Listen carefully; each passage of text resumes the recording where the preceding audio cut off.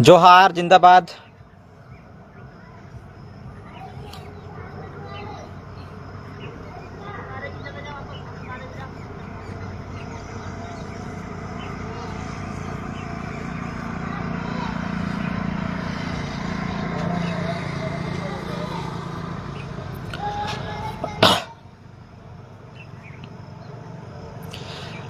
सभी हमारे क्रांतिकारी साथियों को जोहार जिंदाबाद। जय आदिवासी, जय गोंडवाना, जय भील प्रदेश।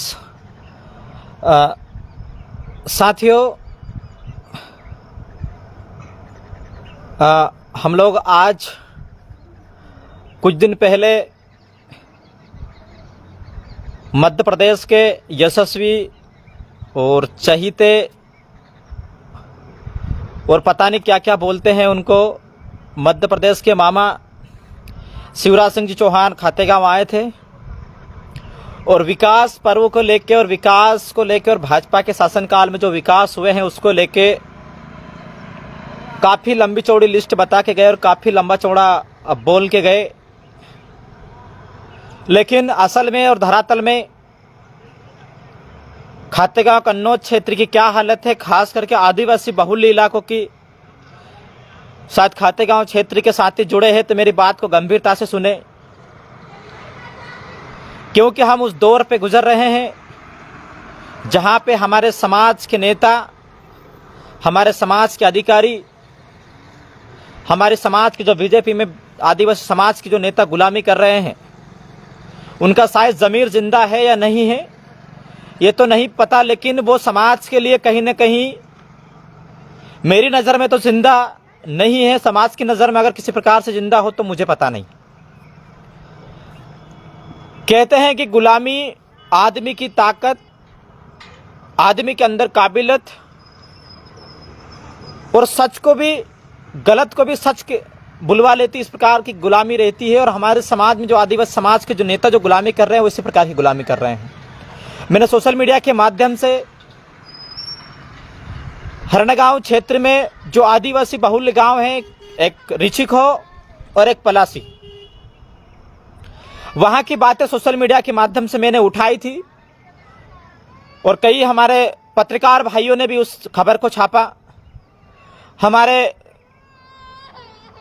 न्यूज़ के माध्यम से भी हमारे भाइयों ने छापा। मैं उन सभी का धन्यवाद देना चाहता हूं, क्योंकि मीडिया एक चौथा स्तंभ है और उनका अगर आदिवासियों की आवाज़ किसी प्रकार से उठाते हैं तो हम उनका धन्यवाद करते हैं, क्योंकि सरकार कोई सुनने वाली नहीं है। हमारा हरणगांव क्षेत्र में एक छोटा सा गांव पलासी, वहां पे 4 महीने तक बारिश के समय में किसी भी प्रकार से ना एम्बुलेंस आती है, ना 4 पहिए वाहन जाते हैं। हमारी आदिवासी महिलाओं को 4 भाई जो कि पांचेपुरा के रहने वाले हैं, पांचेपुरा वो गांव है, वहां से लटका कर एक महिला को डंडे पे बांध के साड़ी में लपेटकर एक गर्भवती महिला को 3 किलोमीटर दूर पैदल लेके आ रहे हैं। वो तो गरीमत ये समझो कि पानी कम था तो वो महिला को वहां से निकाल कर ले आए। हो सकता है अगर ज़्यादा पानी होता तो परिवार के साथ और उस महिला के साथ क्या होता ये तो भगवान जाने।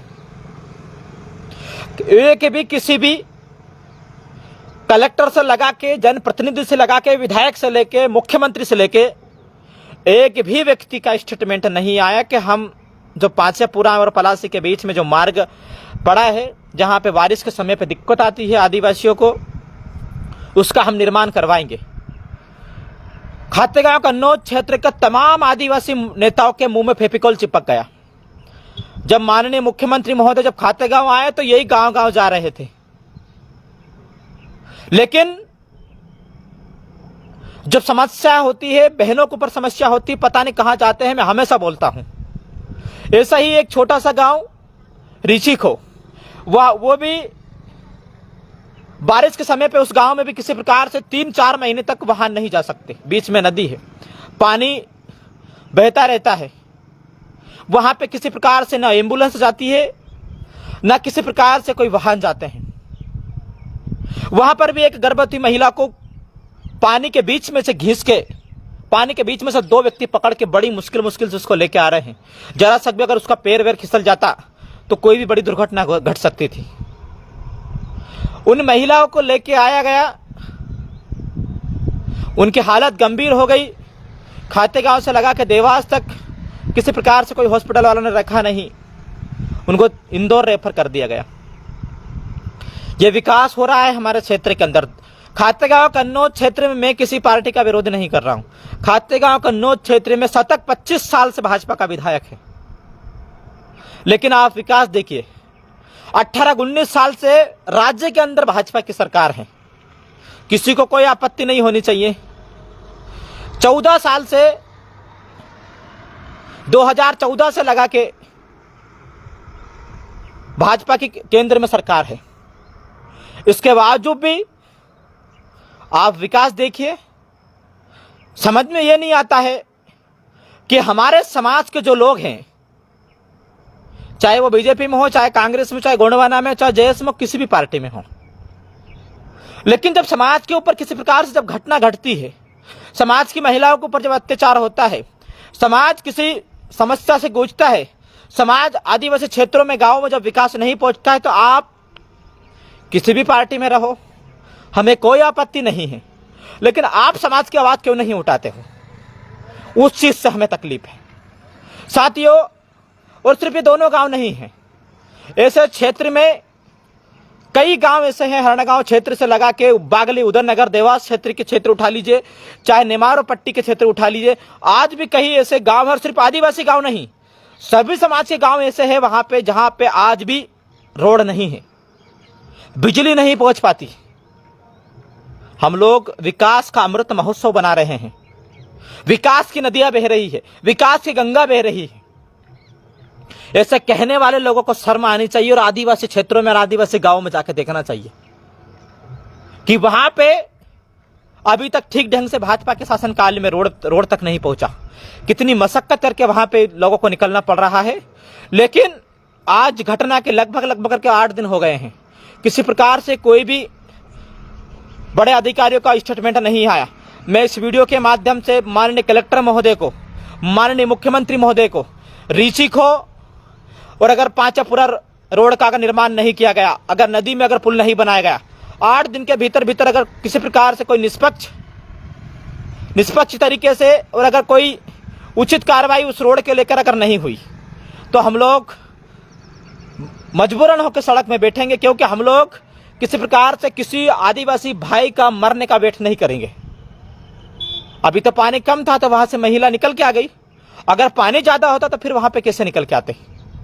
तो मैं इस वीडियो के माध्यम से शासन प्रशासन तक की आवाज पहुंचाना चाहता हूं कि रीछिक हो और पांचापुरा पुल का निर्माण किया जाए, गांव तक पक्की सड़क को पहुंचाया जाए। अगर नहीं पहुंचाया जाता है तो हम लोग दिपगांव और बैतुल, दिपगांव और कुसमानिया नेशनल हाईवे रोड को बंद करेंगे, जिसकी संपूर्ण जिम्मेदारी कलेक्टर महोदय की रहेगी। संपूर्ण जिम्मेदारी जो विकास की गंगा बहा रहे क्षेत्र के विधायक महोदय की रहेगी, विकास की गंगा बहा रहे माननीय मुख्यमंत्री महोदय की रहेगी। जोहार, जिंदाबाद। कल विश्व आदिवासी दिवस को लेकर इसी प्रकार से शाम को भी विशेष करके लाइव पाऊंगा।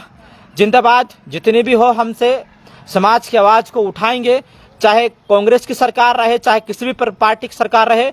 हम लोग समाज के ऊपर अन्याय, अत्याचार और गलत बिल्कुल भी बर्दाश्त नहीं करेंगे।